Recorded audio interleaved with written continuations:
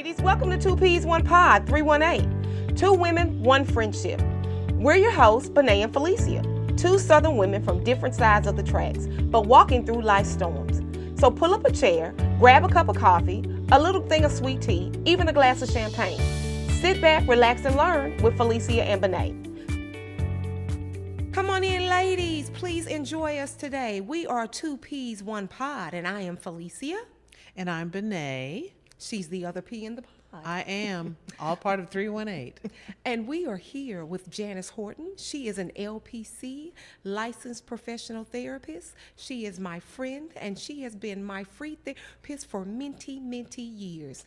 Janice, can you tell us a little bit about your business and what you do and why you do what you do? Oh, wow. Thank you, ladies. First of all, thank you. Thank you for having me with you today on 2peas1pod 318. As she mentioned, I am Janice Horton, licensed professional counselor here in Shreveport, Louisiana, owner and therapist of Sunshine Mental Health Counseling Service. Let me put the whole plug in, 5334 Mansfield Road. And I am a private practice here in the area, see kids 7 and up, so all the way into the adulthood. I do a variety of counseling needs in the area. And of course, that would mean ladies, men, military families, whatever your needs are, I'm there to provide those services. But like Felecia mentioned, I'm her free therapist. That happens from time to time, but I try not to work after hours. She just kind of squeezed that in for me. Absolutely. Since I live around the corner and up the street, I'm always at her door. I wanted to say, since we're focusing on women over 50, that's part of our whole podcast series. So we brought in Janice today to talk specifically about Loving yourself from head to vagina. Absolutely. Yeah. Oh, well, we have to say the toes too, I guess. The what? We have to love ourselves past the vagina too, I guess. Yes. Okay, well, I guess Yes. let me say the title, right? Loving yourself from head to toe, but we're including the vagina. Oh, my.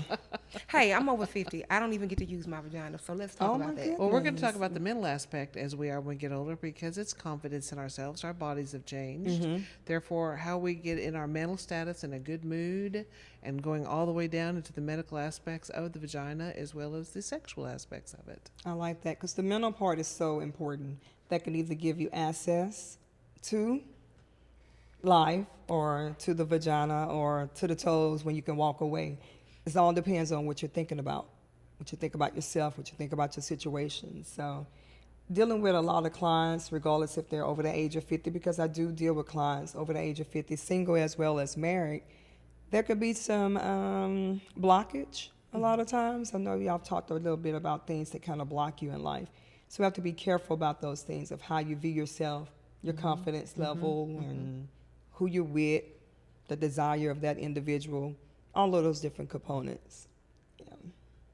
Well, I think one of the things that we've touched on was the mental aspect, and we are joking about the vagina and all these other things, but Bonnè said it best. I don't think you can be productive, successful without the vagina, with a relationship, not in a relationship, unless you have a really good headspace about yourself. And I know when we start to age, we see ourselves differently, Yes. physically and mentally and emotionally. It's a lot for a woman to begin to start to grow hair and places, begin to realize she's not that 21-year-old version physically of herself. Can't do things that she used to could do. So how do we begin, I guess, to prepare ourselves for something like that, Janice? Life just unfolds, and you have to accept yourself on all levels as you evolve. Your 20s, your 30s, your 40s, you get aches and pains that just start to come up and get wrinkles and all of that. And you're watching yourself go through these different transitions as you age. Even the tempo of your walk would be different. Your tolerance would be different. Your body odor would be different. Everything about you continues to change. Your sex drive will be different. Your tolerance of people will be different. So when we start to accept, that's the key word, we accept those changes instead of fighting against it. That allows you to say, this is who I am today. So who am I today? And in this today, who's in my circle? So how do I love myself first? How do I love myself so I can continue to love others? And regardless if that's with sex or it could be sexless, which is a whole nother topic. But, you know, it just depends on where you're at within that space of relationships. Because relationships is always about relating. How do you relate to others? But it's mainly important on how you relate to yourself. Absolutely. I agree with that. Yeah. She said something that you always say when you talk about how you see yourself, feeling yourself. You say you are the best version of yourself now, and you're in your 60s. I love that. So talk a little bit about that, because I think sometimes when we get older and we start seeing these changes, we always want to pivot negatively Exactly. and think back to who or where we were I versus getting remember when- excited about where Yeah. we're going. Sure. I just feel confident as a person. I've been successful in business, financially independent. I have a wonderful family. Don't have a husband. My kids are wonderful. I have great friends. I just have a happy attitude. I'm healthy, relatively healthy. Yeah, I've got some cellulite and I've got some weird here and there, but there's ways to help improve your looks too, if that's what it's about. So Absolutely. yeah, I've done a couple shots of Botox here and there. I'll be the first to admit. Exactly. But they're 20 years old doing Botox right now, Oh, which I yeah, will never yeah, understand. yeah, So, yeah. But you quickly said, I don't have a husband. But people who don't know us and know our stories, you were married for a very long time, and you're Yes, very yes. adamant that was the love of your life. Yes. We You were together expe- 42 years. He was wonderful. He That's was wonderful. So, Yeah. and he always made me feel good about myself too. It's one of those, honey, do these pants make me look big? He would say, no, you look beautiful, even if I look terrible. Yeah. So he was And just that's that kind of a guy. amazing, because if you were married for 42 years and he made you feel good about yourself, that had to be a huge transition for you after he passed away, Oh, on how you see absolutely. yourself now without him being present. Absolutely. And I think I mentioned this before in some of the other podcasts. I waited about 3 years, and I thought, I kind of liked having a man in my life, someone in my life, and I guess I'll try dating again. I thought, well, I guess I better look a little better. I've always exercised, continued that, but it's been good. So And looking a little better is going to be good for you. absolutely makes me feel better about myself. That's the key word, always for you. And then if the other person sees it, admires it, desires it, that'll be their plus. Right. And we're looking for people to date and to go out with. I mean, I'm not a small person, but I'm not grossly overweight either. I've got a curvy figure, and just accept me as I am. I'm never going to be a size 0. That's Who just the way said it you is. had to be a 0? Oh, yeah, okay. Well, dating's another episode that we'll do. As I always say, online dating is like hell, but funnier. Oh my So, goodness. yeah. Yes. But it really depends on what you see when you look in the mirror. Oh, absolutely. When you see your own beauty from inside out, regardless if you're 15, a 0, a 9, or then go back up to a 22, what does your beauty really look like from inside out? Because if you Right. don't know it from in, you'll never see the external. Right. And I think as we get older too, by the time I'm 60, I'm not retired, but I'm not working as much as I used to. But you want to still feel that you have a mission and purpose in life, and what Yes. your purpose is. So I think you have to you've raised the kids, they're out of the house. What's your next step? We're in the second half of our lives. Correct. So where do we go from here? Absolutely. You guys have both touched on things that me in my 50s, 53, I'm divorced, been divorced for quite a while. My ex-husband and I have a great friendship, I always have.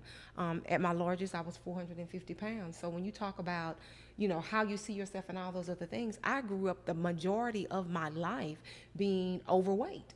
So not only did people not lie to me and tell me, oh, you just are such a pretty girl. No, what they would do in a nice way, but also a direct way, oh, you have such a pretty face. So what happens from the neck down?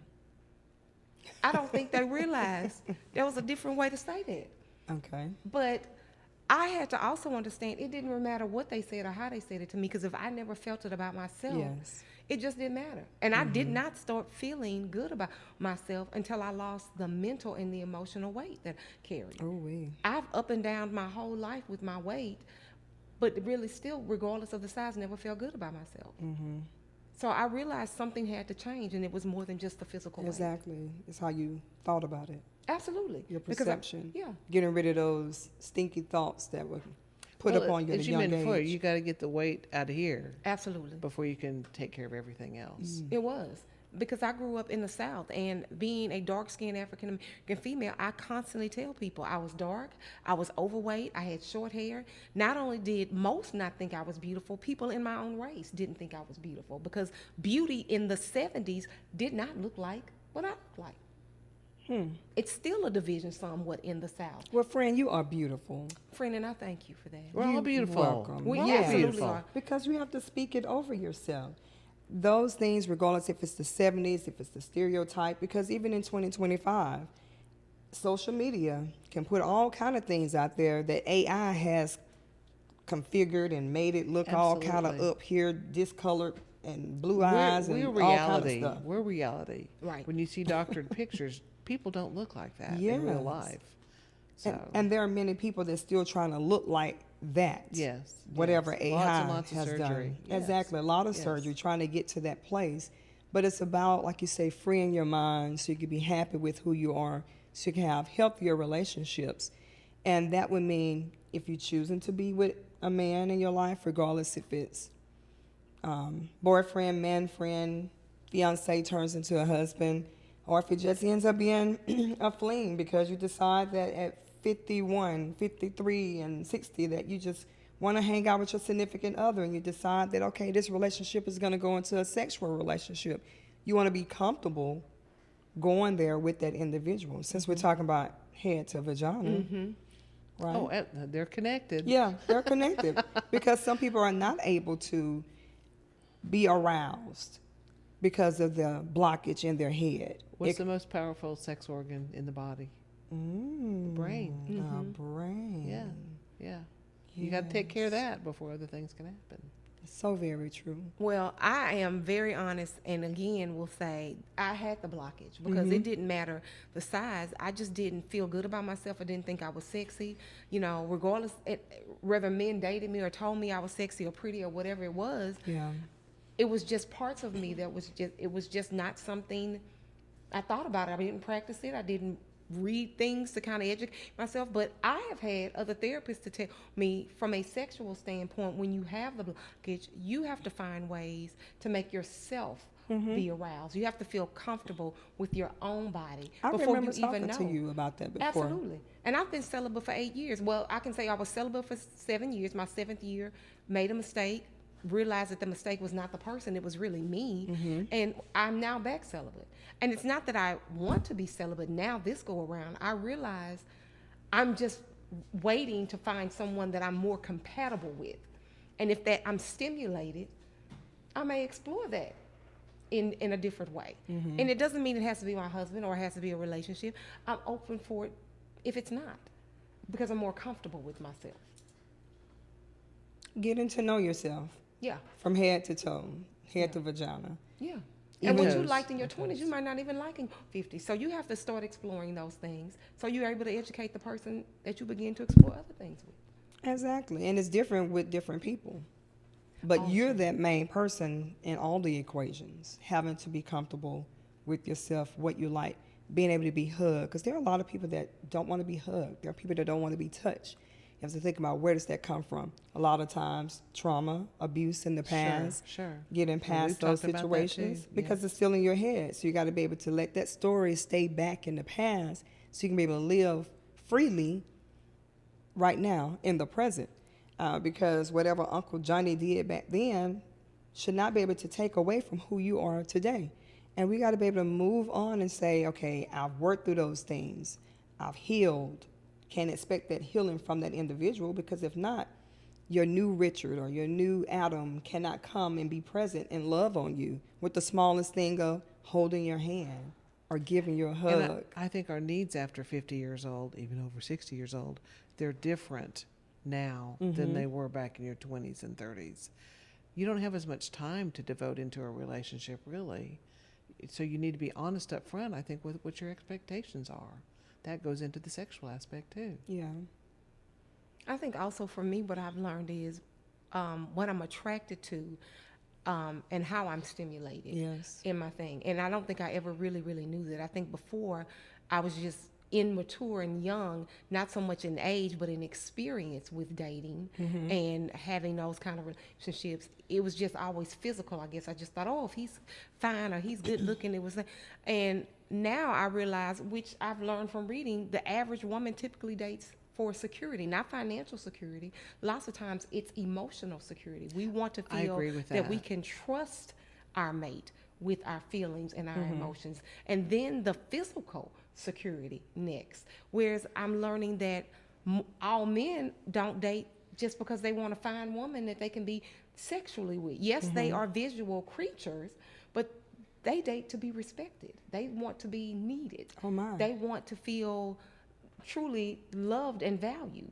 And even the most, I guess, strong, big, independent man, they may not admit it, but that's important to them. And we have to find out what those needs are for that man, for yourself, and if that person can provide those needs, honestly.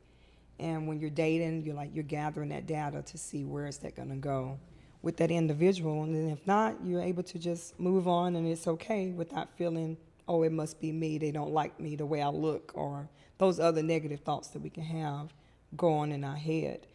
You mentioned about 60 and not having much time to date, and where is it going to go at this point in time. And a lot of times people are uncomfortable talking about their sexual traumas or their sexual flaws that they may have, regardless if it's the female that may have vaginal dryness or if it's the male that may have ED issues.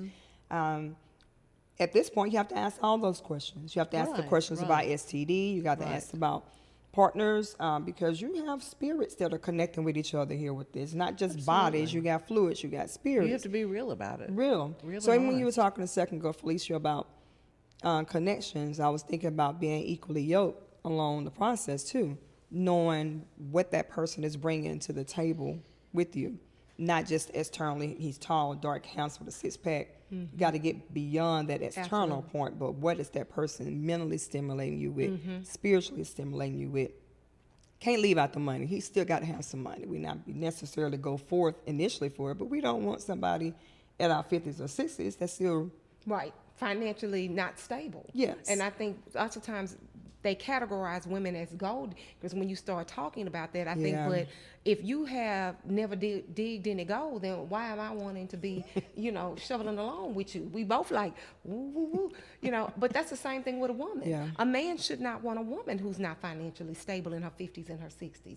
If we're constantly having to ask for that help, correct, that's just like having a child that becomes your dependent. So let me run back something real quick that I also learned, and I learned this really from you years ago, and it's become more prevalent to me now. One of the things that turns me on with a man, to be honest with you, it's not the physical. If he mentally stimulates me, and I can have not only a conversation where he engages me, but I feel like I can learn from him. Oh my goodness, girl! What were you talking about? That's a panty dropper for me. That brain, you did, absolutely. That's that organ. I agree with you. He can be a monster. I love a great personality and intellect. Yes. Right. Yes, that is so true. You got to have it. Is that with you too? Do you find that? Oh yes, that's very much so important. Got to have that stimulation mentally before anything else, because it will have a huge impact on whether or not the vagina can end up becoming moist in the process, and my desire of wanting them. Because if my mind is not stimulated, it's like, okay, I'm just gonna lay here, and what we're gonna do? Because it's not connecting. Right. Yeah. So you have to know what stimulates you. It's not necessarily always the touching of the body. That's the extra stimulation. So it can be your foreplay. But we're talking about the mental stimulation, because you want to experience the entire experience with that person from head to toe, no matter where you're at. So how would you, or what advice would you give someone? Let's say you're in a relationship, you're in a marriage, and you find yourself needing something different, whether it be something more or something less than what you before. How do you maybe communicate that to your mate when it could be your mate that's the problem? Oh, hopefully you and your mate can have some nice little sidebar conversations, because some people are intimidated by their mate, even their husband. They don't want to disappoint them. They don't want to say things to them to make them feel less than in any kind of way. But you have to be honest with yourself. So regardless if you can have that conversation one-on-one openly, or maybe write a letter or show a video, some type of indirect way, because you're going to have to get that need met. Because if not, you're going to be constantly thinking in your mind, I'm not being satisfied. Or you're wondering about something else. Or you're trying to find other ways to become satisfied. And Or other people. I was going to say, and lo and behold, we don't want to have to step outside the household, and then you're finding other people to become satisfied. But you have to remain open with your communication with that individual, regardless of how hard it is to have that discussion. And I think that's where you and your profession come into play, because people can talk to you, whether it's one-on-one or a couple or even medical doctors, because there may be some medical issues happening. We talked about the dryness down there, but I mean, a lot of women by our age have had hysterectomy. I mean, they're not the same down there as they used to be. So, yeah, and our nerve endings are not as high level as they used to be as we grow older too. So the touch, you're not going to get the same reaction in your 50s and 60s as you did in your 20s. I just had a conversation with my physician a couple of weeks ago, and again, I am celibate, but I want to be able to be in a relationship and begin to have a sexual life. I mean, it is enjoyable and important, hopefully. But what she was telling me, she said, Felecia, well, prepare yourself, because it's been so long that not only is it going to be different, but like the vaginal wall is thinner. Correct. You know, you're not going to be, it's more. And there's estrogen therapy for that as well. Okay. So talk to your gynecologist about that, because that's very important. Absolutely. And not even to mention menopause, all those different things play a huge role on your body, the effects of it. And when you were speaking just then about that, I was just thinking about even with me going through cancer, just seeing how my body has changed over the past year. I have to see myself differently, but I still see myself as a gorgeous individual, regardless if it's clothes on or clothes off. Now, it would make me a little bit more reserved of who my partner is. But in that conversation, I would talk to them about that, you know, in advance. And hopefully they're like your husband. Oh, you look beautiful. I still desire you. And that doesn't, that does not deter them from wanting to continue to be with me as an individual, because we're already stimulated mentally, we're connected spiritually, and then eventually sexually. Right. Because some people can just have that flaw about them. And in another episode, another podcast that we did, we talked about the difference between intimacy and actual intercourse penetration. Oh, yes, that's a big difference. That's, again, people think a lot about that in their older age, too. Intimacy is literally the word intimacy. Oh, I like that. It's literally that. And you can have intimate opportunities with your partner everywhere, all the time, outside of the bed. And I've been reading a lot. The books, have you heard about What's Your Love Language? I think that's important too. I've read through that and gotten some really good insight on that as well. Yeah. Everybody has a different love language. And I think you have to take the test, because sometimes people think their love language is one thing, but by the time they test and go through the process, they may find it's something else, or it could be a couple of things, because I'm a couple of pretty much the You know same. what I am? I'm an attention whore. I love attention. I love attention. No. So I think also when you learn that language, we have to be open to learning the persons whose love language we're with. And even if they're not the same, you have to learn to be able to give that, even though it may not be yours, and be comfortable with that. Because it's going to make you uncomfortable. And I've thought about that a lot, but what's at the point if you're opposites, or you find out that your love languages just aren't clicking, do you give that relationship up? Good question. Is it worth keeping? Hopefully that love language is a part of the other things within a relationship. And so it won't have to be such a opposites attract, because that sounds more like just opposites than just a different love language. And I guess for me, I look at it, because I've been with individuals, our love languages were different, but as I got older again and more mature in the dating thing, I just looked at the love language as being like a roadmap to how to love that person. And I stopped looking at it as a challenge or a difference or something I had to sacrifice to do, whether I was comfortable, uncomfortable, whatever. I looked at the relationship and I said, you know what, now that you understand how they need to be loved, try to figure out how to incorporate that into something you enjoy doing by giving them what they need. Because that'll make you like that person. Right. Because you have got to like that person and not just love them. The liking is what's hard, not the loving. To me, the loving is so emotional, because we're such emotional creatures as women. We fall in love and just begin to put up with the person Ooh, because we are in love. Can we be celebrated and not tolerated? Ooh, How about that? so let's segue, I guess, into another conversation that we started talking about.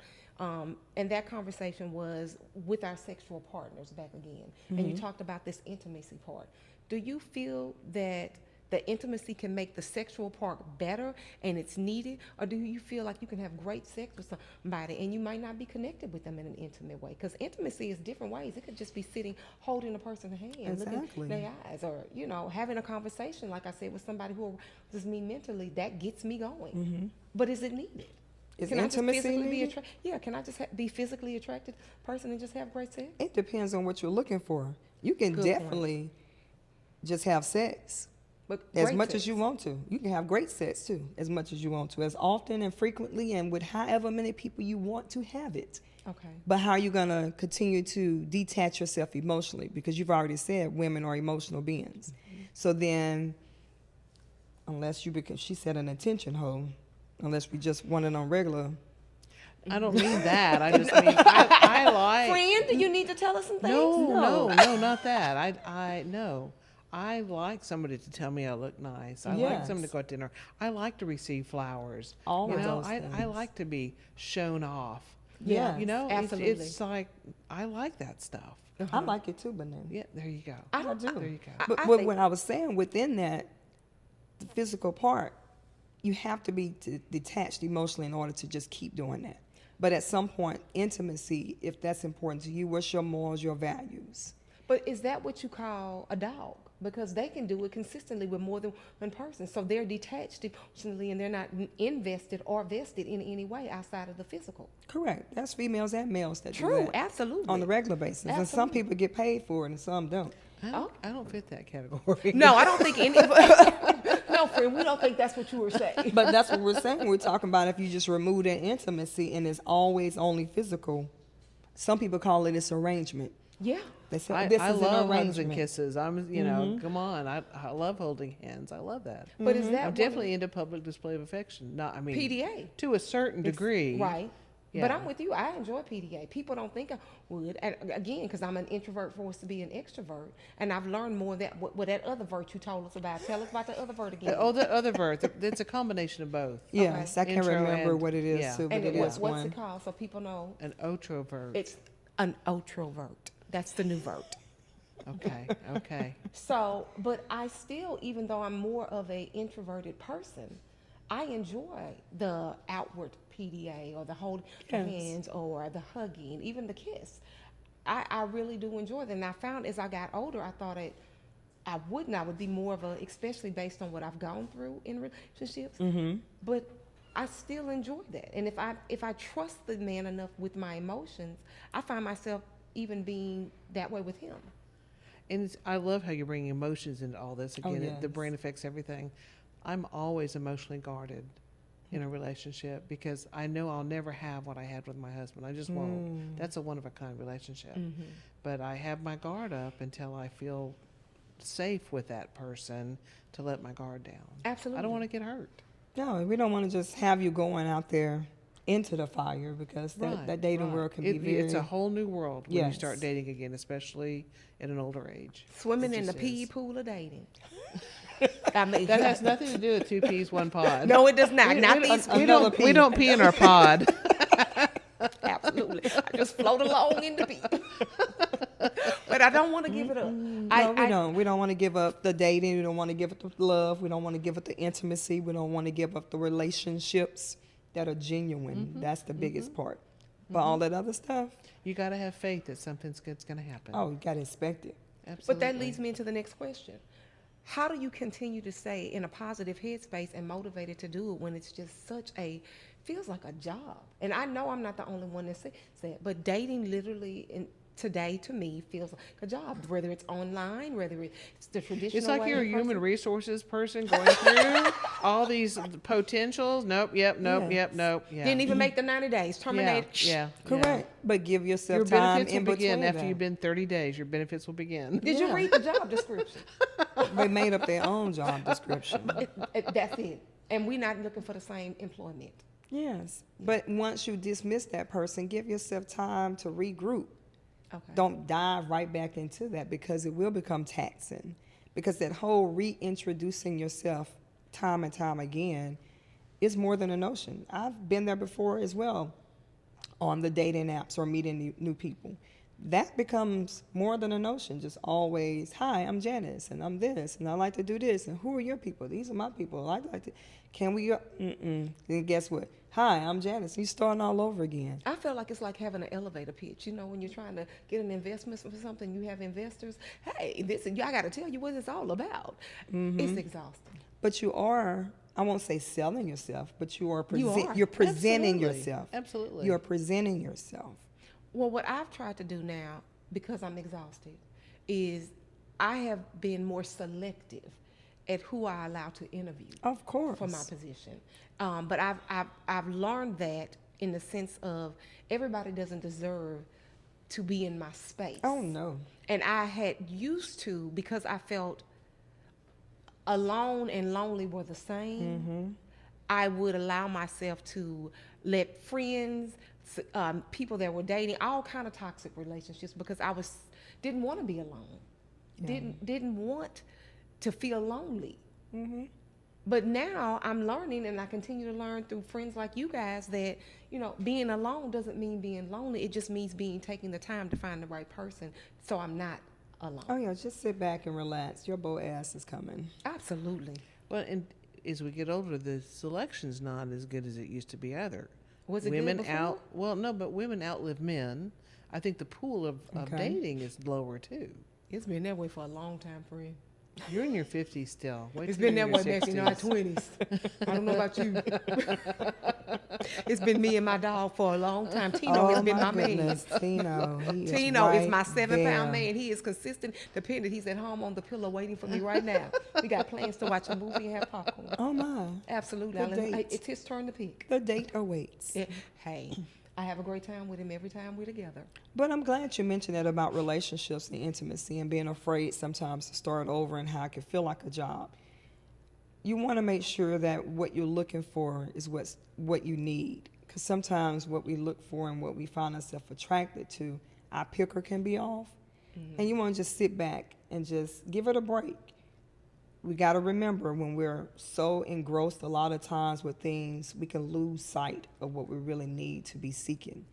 And so if we just stop, take a break from it, love on ourselves, look at ourselves in the mirror, clothes on, clothes off, have our own popcorn, have our own movie dates, go out to dinner, talk to ourselves, pray over ourselves, whatever to do, that person will come, and you will be okay to welcome them back into your space when you need to.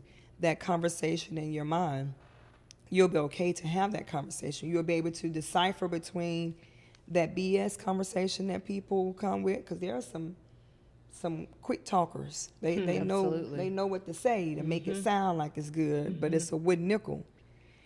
But you have to have that spirit of discernment. Yes. For that and whole pay attention process. to the red stop signs.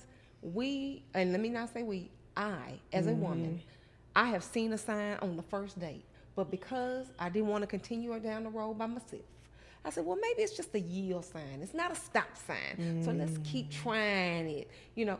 But we've got to learn that we're worth the green light. And we're worth the wait. Yes, yes. And that intuition is there for a reason. And learn from it. That's something I didn't do for a long time. And I've learned through therapy. Now I ask myself, before I go on the next date, or before I even allow myself to go back online to start trying to receive, I guess, suitors, I try to figure out what I learned in the last situation. Okay. But I've also learned it's not always me. Oh. So I used to blame me. Oh, it was my weight. Oh, he just wasn't attracted to me because of my weight. Oh, because I wasn't this. It was always something. Oh, I was too this or too that. This time, it's not about me. Stay out of your head. Stay out of my head. Stay out of your head about yourself with the negative talk. Right. But be in your head about what's meant for you and who you are, and your worthiness and your value and your desires and your standards. Sure. And also be flexible when you're meeting people. Because sometimes we can meet people and they may not come in that package that we think that they should. That's that list. Mm-hmm. Yeah, that list, it's getting lower and lower. It started out with 20 things. Now at 53, it may got 2. We got to say, well, maybe he don't have to be that tall. What is that heart looking like? Yeah. And what does your heart look like? Yeah. Yes. Yeah. It's important. I was asked at this stage of my life by a guy, he said, well, what are you looking for? He said, you're 53 and you're single. He was like, you said you're absolutely gorgeous and you do this and you do that. He said, why you don't have a man? And it was easy for me this time to answer the question. Okay. Because I was able to tell him, if you can't pour into me and my cup is full, then why would I want to be with you? I would like to be with someone that I don't feel empty every time I'm with you because I'm constantly pouring into you. I would like to be able to have a conversation, relationship with someone that whether I'm sitting at your table or you're sitting at mine, I walk away feeling that I have learned something. I walk away feeling that you have elevated me to the point to where I'm looking forward. Or you're an important part of their life. Yeah. I mean, that's a big part of it, that they're emotionally connected to you as well, not just physically, but emotionally. Absolutely. But I still want to walk away feeling like you've poured into me and I've learned something. Yeah. Sure. I just feel like every time, for me, the relationships that I've been in most of the time, I have found myself being the pourer. That I'm always trying to be the fixer. I'm trying to elevate you because I'm trying to prove my worth being in your life. Yeah. So you're going to stop doing that for Oh, me? Ben stopped doing that. My trash can, it could be empty when I start with you. If it was empty at the table and you put it underneath it, yours empty too. So Bonnè, tell me about your dating life. How is it going? I'm good. Thanks, Bonnè. Bonnè is good. Yeah, hers is better than mine.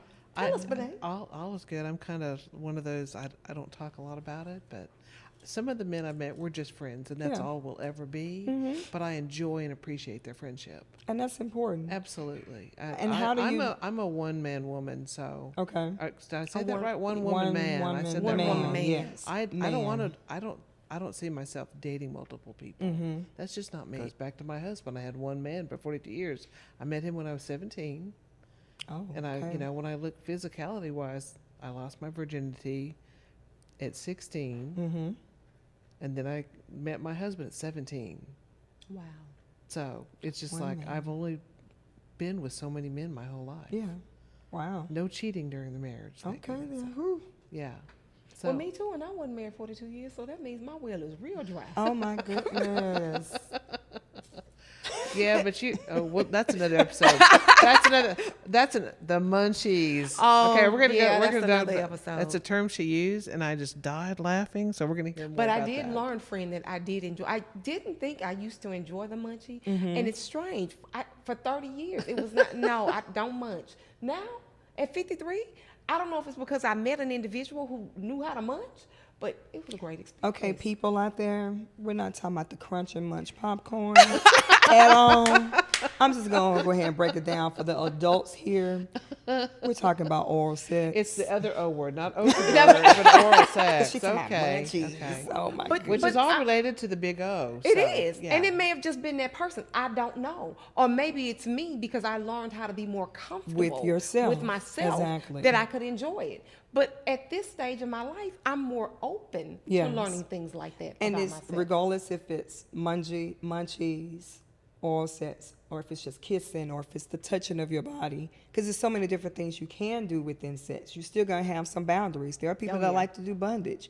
Okay, we're not trying to do that. So it depends on how far you're willing to go, but you're still being open within that relationship, and that's what's important. I had one gentleman that we dated one time, and that was it. And he told me immediately that he was into swinging. Swinging? Like, no. Why was that not on your profile? No. Nope, not doing that. Open relationships, Yeah. swinging is so many different terms and ways that Yeah. people view relationships these days. But you got to know what's good for you. And I know individuals that have been married for a very long time and their partners come to them wanting to engage and make that change. Yeah. And some of them have stayed and they are absolutely miserable. So how do you handle that? Like, you have a whole life with somebody, and 30 years later, they come and tell you they want to bring an extra person, or they want you to swing from the ceilings and touch your toes. What do you say? What do you do? My body doesn't bend that way. There's Not no pretzel anymore. in me. Not anymore. You have Yeah. to just be open with your partner, because that person can be like, okay, I need to do something to spice up the relationship, but it may not have to be to that extreme. So we don't know if those people are at a sexless point in their relationships, because there are people that have a lot of sexless relationships. Absolutely. And they're not over 50. I've talked to a lot of clients that are not engaging in sex, and they're living like roommates on a regular basis. But I one know partner, some couples like that too. Mhm. Yeah. They're but just- usually one partner is not okay with it. They just tend to go with the flow because that's what the other partner is presenting at this time, because they're afraid to talk about certain issues. But you've got to open up and talk about those things, because we don't want to open up that door, as we say, for other people to come in. Or even when you talk about munchies, we have sex toys. We have porn. There are people that get caught up into porn or masturbating because they have a partner that doesn't desire them, that doesn't want to touch them or be with them. So guess what? I'm going to watch my porn. I'm going to play with myself in the process. And then that other partner feels left out. Or maybe now I've done so much porn and I don't even desire you anymore. But you still try to be with me as an individual, you know? So that it's all kind of yins and yangs and roller coasters when it comes to sex and how you see yourself and what you're going to go through, or how you should stop. But I don't like that munchies, though. I did too. As we begin to bring it to a close, I guess. I'm glad you like the munchies. Let's bring the vagina to the close Yes, now. let's bring it to a close. Would there be any advice outside of munching that you would give the ladies as it relates to having healthy relationships, even if it is late in life, or if it's after a divorce, or if it's a situation where they might not even know if they're comfortable in dating, but they eventually want somebody in their life? I just want to say to always give yourself a chance to be loved by someone, by loving yourself first. Stay open to love coming to you and not always desperately seeking it, because sometimes you can be, as the kids say, thirsty, and you'll run across things that are not out there for you. But relationships are beautiful. They are beautiful, and what makes it even more beautiful is when two people can see that in each other. You want to be with someone that sees you, but you also want to be with someone that you see. Spend your time trying to outdo each other, outdo liking each other, loving each other, being present for each other, buying each other gifts or rubbing each other's feet, whatever that love language may be. But if you don't see those things being done, it's okay to stop and pause and pull out of that relationship, but never give up on yourself. Never stop loving yourself in the midst of it all. So you always got to love yourself, ladies. And the more you love yourself, then that man will know how to love you, because you're going to show them that. Man or woman? That's great. That's great. Love conquers all. Yes, Some man people- or woman man or woman will know We how don't to love people's you. Choices. That is Absolutely. true. I don't think just because a sex person changes that the way to That do is it doesn't correct. change. Right. That is correct. Whatever your love partner may be. Well, Great. P from the other pod, Yes. Across the pond. as we bring this, I think, informative conversation to a close. Yes. Thanks Do you for have inviting me anything to you'd the like pod. to leave our ladies with? I don't have any words of advice. I just want to make sure that people follow us and like us Yes. on social media, Facebook, Instagram, Twitter, and Spotify. Please send us in questions, things, topics you'd like us to talk about. Again, this is just girl on girl conversation, but we want to focus on your self-value and your Yes. self-worth over 50 years old. Absolutely. Thank you, ladies. It has been 2peas1pod. I've been Felecia. Saying goodbye from Bonnè. See you next time. Bye. Thanks for tuning in to 2Peas, 1 Pod 318. We hope you found a little wisdom, a little humor, and a lot of heart. Until next time, remember, no matter where you come from, we're all just trying to make sense of the world for us ladies 50 and over. Please connect with us on Facebook.